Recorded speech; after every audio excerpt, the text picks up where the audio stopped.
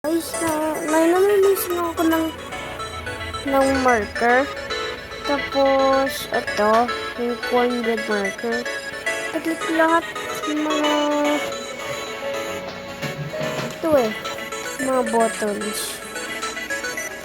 Sabi daw, tap the icon. Ano sa gusto?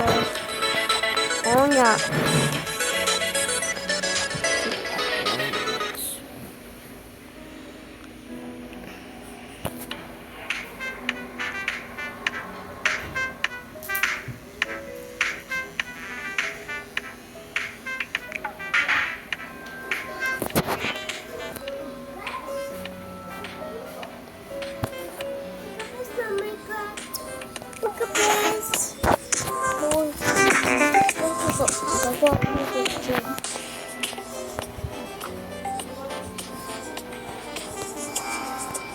Bro, kailangan ko lang i-click lahat.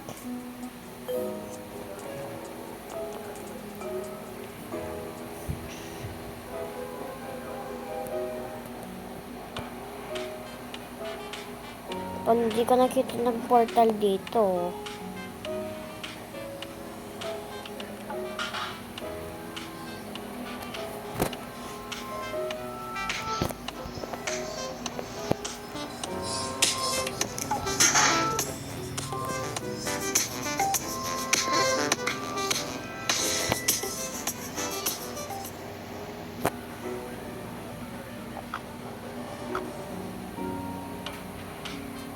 Tapos bro, dito sa barn,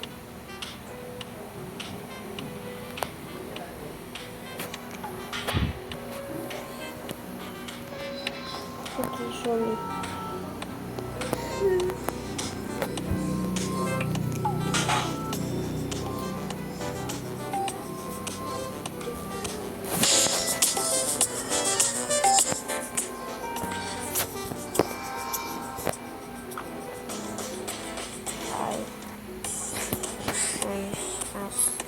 Go.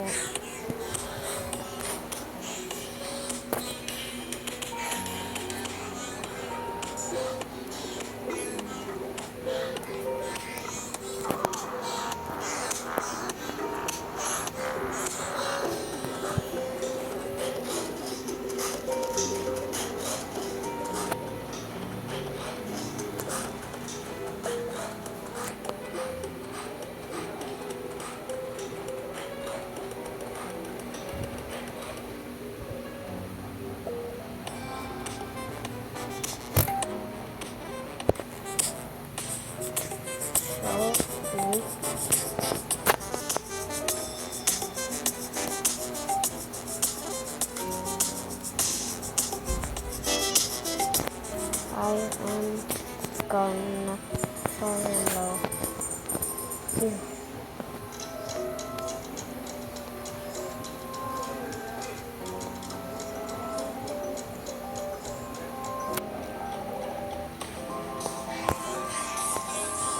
Wait, bro, how does it have the...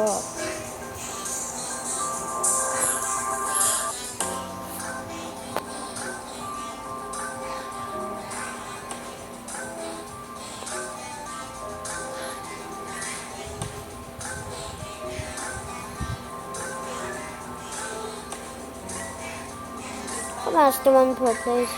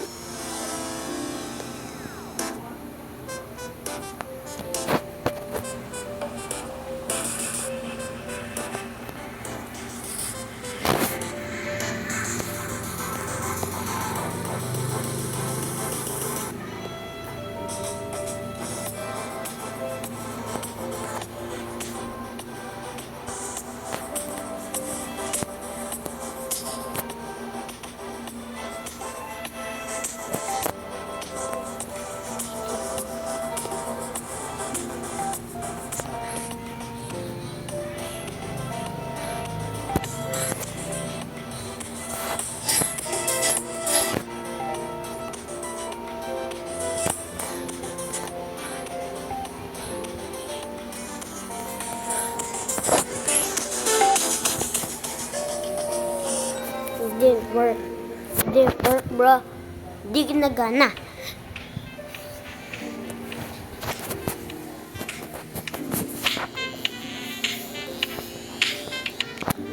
Di talaga nagana.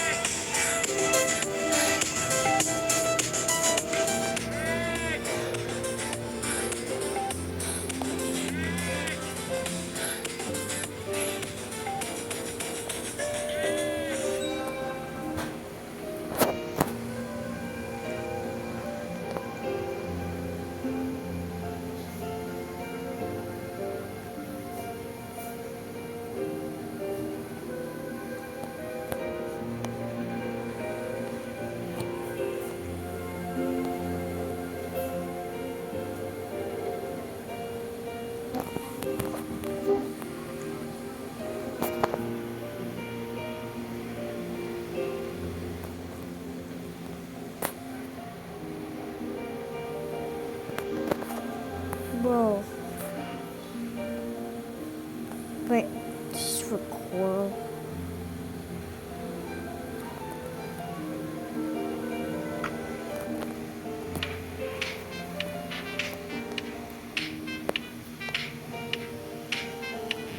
That's the one.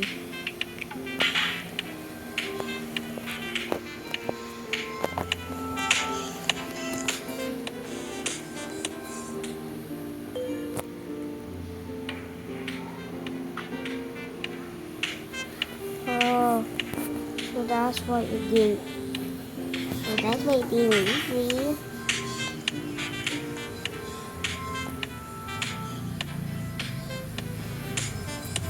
Kasi may namamisin ako.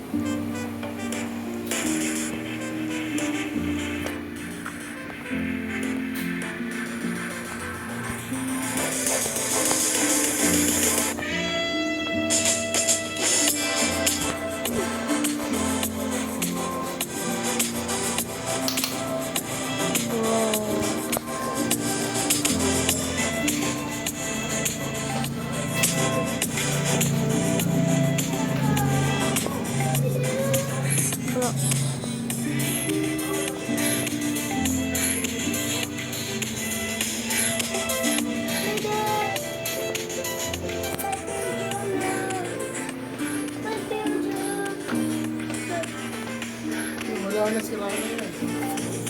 Bro. That literally worked. I would literally read.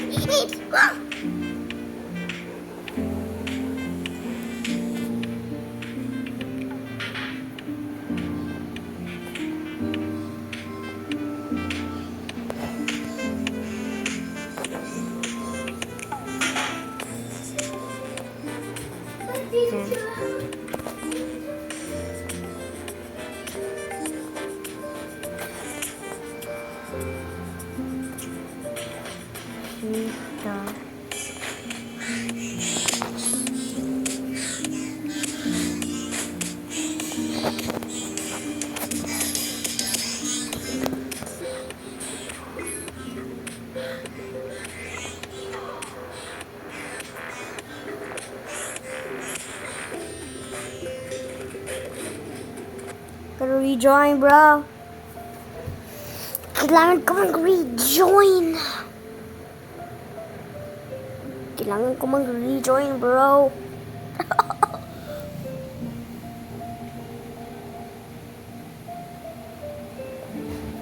Yo.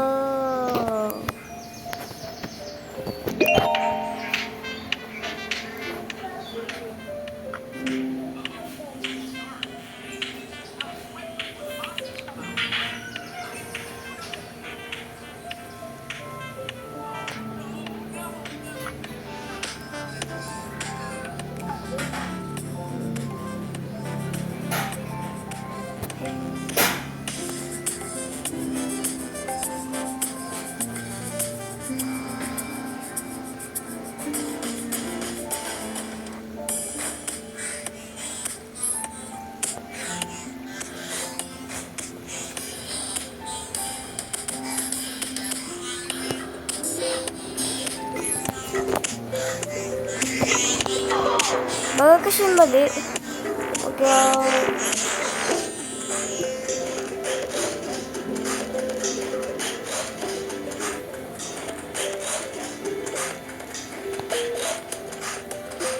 Wag.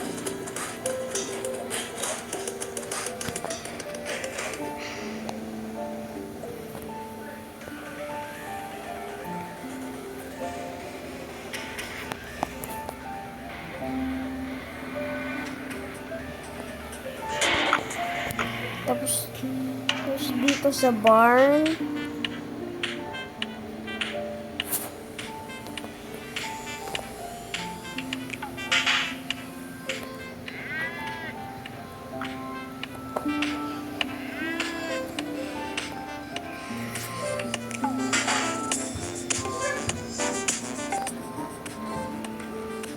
Yun.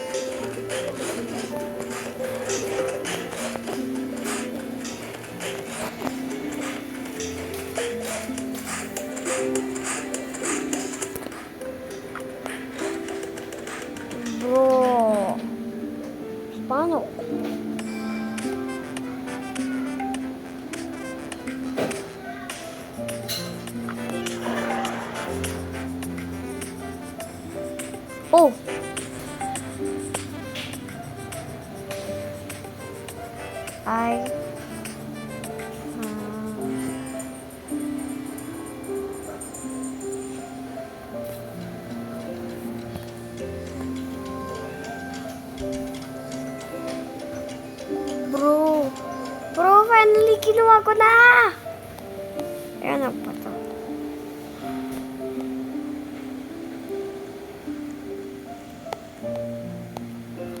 Eh? Ano ba to?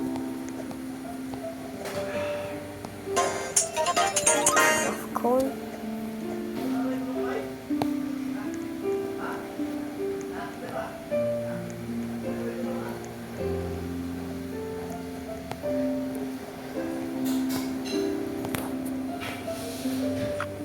Oh, ganun yun pala.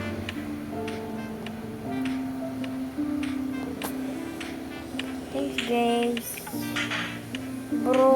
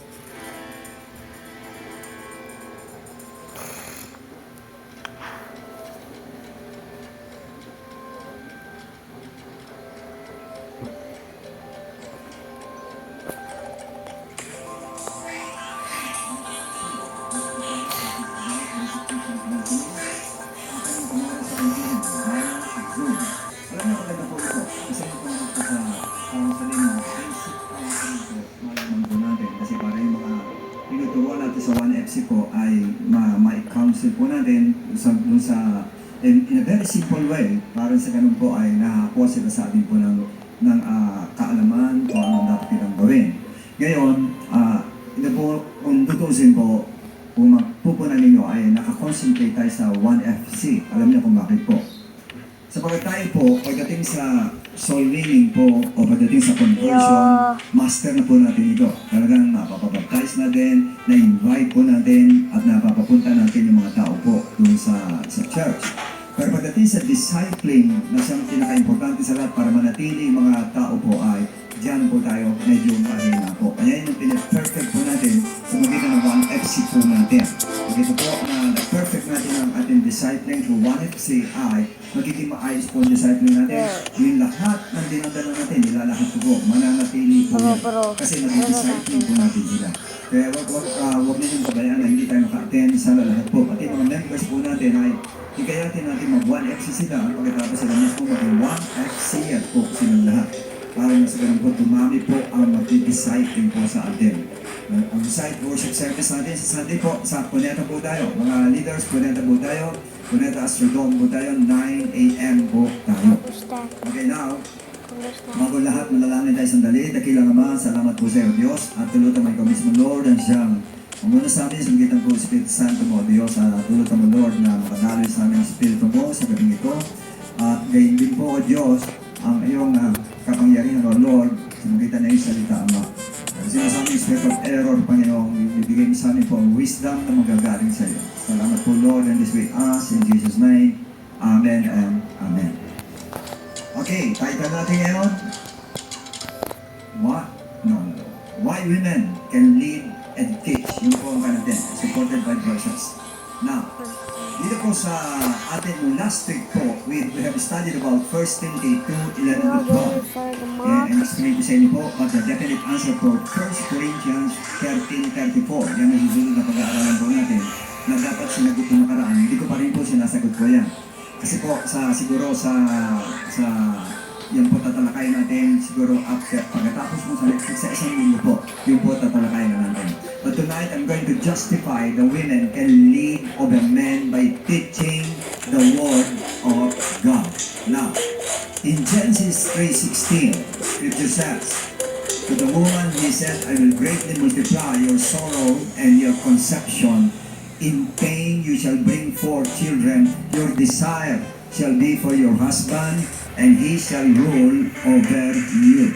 Now, I explained to you last week that this verse refers to the consequences of sin or the curse of God for the sin of Eve and even Adam. Now, however, we all know that the Lord Jesus Christ came to reverse the curse. Reverse mo niya through His redemption that restores equality between man and woman in the church. I'm talking about in the church.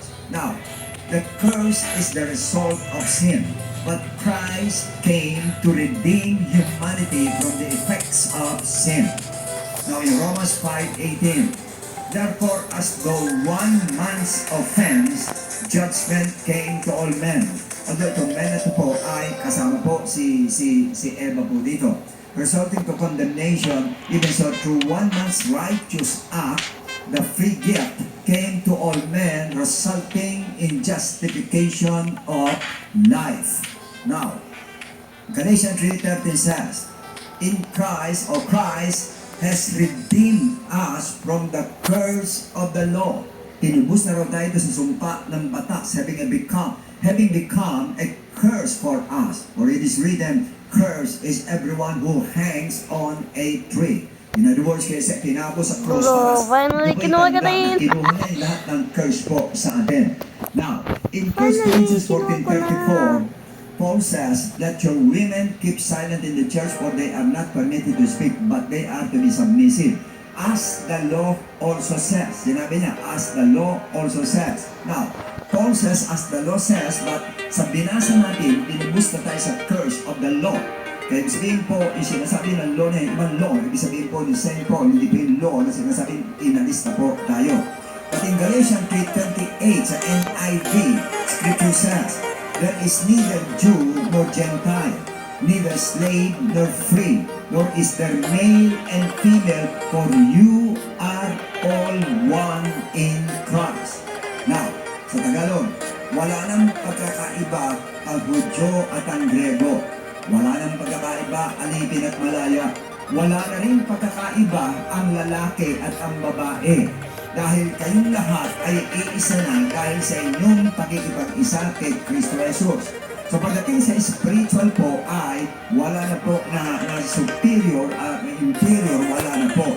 Pantay-pantay po sa harapan ng ating Lord. Pag may mga leaders po tayo, pero wala na po yung sinasabi na dominant dapat ang lalaki kaysa sa babae po.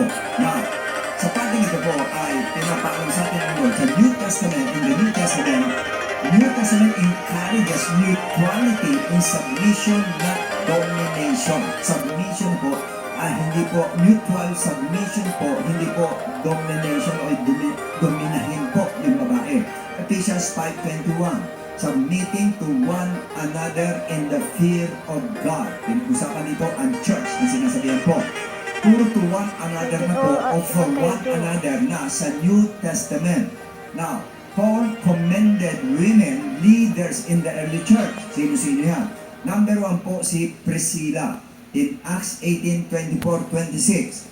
Now, a certain Jew named Apollos, born at Alexandria, an eloquent man and mighty in the scriptures, came to Ephesus. This man had been instructed in the way of the Lord, and being fervent in spirit, he spoke and taught accurately the things of the Lord, though he knew only the baptism of John, in the name of Jesus Christ. So he began to speak boldly in the synagogue. When Aquila and Priscilla heard him, they took him aside and explained to him. They taught him, tinuruan sila, Nino, Priscilla and Aquila, or Aquila and Priscilla. Babae po yung Priscilla, yung Aquila, lalaki, tinuruan nila, in-explain nila, dito po kay Apollos ang tamang way ng baptism, the way of God more accurately. Yun ang ginawa po nila. Now, Dr. Headland, in a Dictionary of the Bible, Volume 4, page 1 or 3 says that Priscilla in some way or another occupied a prominent position in the Roman Church. Now, Dr. A.J. Gordon wrote in Missionary View, which says, it is evident that the Holy Spirit made this woman, Priscilla, a teacher of teachers. Imagine that. Yung po sabi ng doctorate na doktor na si A.J. Gordon, na si si Priscilla ay teacher of teachers. Now, in Romans 16:3, greet Priscilla and Aquila. Take note. Priscilla and Aquila, my fellow workers in Christ Jesus. Now, Paul wanted to say, Priscilla, meaning he gave her high regard by saying, salute Priscilla and Aquila, putting her name first. Inuna po yung Priscilla kaysa sa Aquila. Yan ang tanong po doon. Bakit nga nung in-address niya at binigyan niya ng high regard, ito po si Priscilla na Aquila, inuna niya yung babae, inuna niya Priscilla, greet Priscilla and Aquila. Why? Yan ang tanong ngayon. If her ministry was just to cook and helper lang yan, tagaluto lang, it would be awkward na unahin po ni Paul ang pangalang Priscilla then Aquila. And sinundan niya, and Paul addressed her as a fellow worker, a term he applied elsewhere to Timothy. Sinabi rin niya kay Timothy, a pastor, and Luke, Mark, and Clement, who were all preachers and teachers of the Word of God. Yung salitang fellow workers, ginamit niya sa mga preachers and teachers, ginamit niya kay Priscilla rin na isang babae po. Now, in Romans 16:4, who risked their own necks for my life, to whom not only I give thanks, but also all the churches of the Gentiles. Sabihin nun, ni-risk po, yung having risked her life means being involved in preaching and teaching the Word of God. Kasi kanya na-risk yung buhay niya, kung nagluluto lang siya, hindi malalagay sa isang buhay niya, sa papansinin po. Kung tagabuhat lang siya na senior, hindi rin siya papansinin. Nagtuturo siya, nag-preach siya. Kaya pinansin si Priscilla po at na-risk ang buhay niya dahil sa kanyang pagtuturo po. Now, yung po una si Priscilla, ang pangalaw po ay si PB. Si PB po sa Romans 16:1-2. I commend to you PB, our sister, who is a servant of the church in Cenchrea. Now, pag sinabi servant of the church, talagang workers, leaders, or teacher po ito, that you may receive her in the Lord in a manner worthy of the saint, and assist her in whatever business she has need of you. For indeed, she has been a helper of many and of myself also. Tumutulong siya sa akin. For information, Phoebe was a deacon sa Greek. Pag sinabing deacon sa Greek po ay diakonos, a term used for church leaders po. Sa 1 Timothy 3:8, kaya pag sinabing deacons po, leader po yan. Likewise, deacons must be reverent, not double-tongued, not given to much wine, not greedy for money. Yan po si Phoebe, deacon po siya. In Greek dictionary po, it refers to a minister. Minister po yung sabihin. Pag sinabing deacon, minister din po. Hindi basta-basta po, naunawaan po na din. Also, Judea. Yan naman po isa. Sa Judea, babae rin po ito. Philippians 4:2-3 sa NASB na translation. I urge Judea and I urge Syntyche or Syntyche. Yan po, yung pronunciation niya. Syntyche, Syntyche, Syntyche. Basta Syntyche. To live in harmony. Alam mo dating basa ito yung Syntyche. Now, to live in harmony in the Lord. Now, indeed, through companion, I ask you also help these women, marami sila, who have shared my struggle. Kasama po doon si Tito. Shared my struggle in the cause of the gospel together with Clement as well as the rest of my fellow workers whose names are in the book of life. Now, Judea and Syntyche. Si Judea po, silang dalawa. Or Syntyche o Syntyche. You belong to the Lord, so I beg you to stop arguing with each other. Yun ang sabi po niya. Sa verse 3, sa CEV, and my true partner, I ask you to help them. These women have worked together with me. Kasama po si Euodia po doon. And with Clement and with the others is spreading the good news. Si Euodia po ay nag-i-spread din po ng good news. Nagtuturo, nag-share po, nag-preach po ng good news o ng gospel ng ating Lord. Their names are now written in the book of life. Bilis! Isa po si Euodia, isang babae na nag-share, nagtuturo at nag-preach din po ng Word of God. Yes. Now, for Bible commentators, she was probably a deaconess. Deaconess din po siya. Now, meanwhile, Bro, there are AFK some ba siya? preachers who said that why did the Lord Jesus Christ only choose men to be His 12 disciples?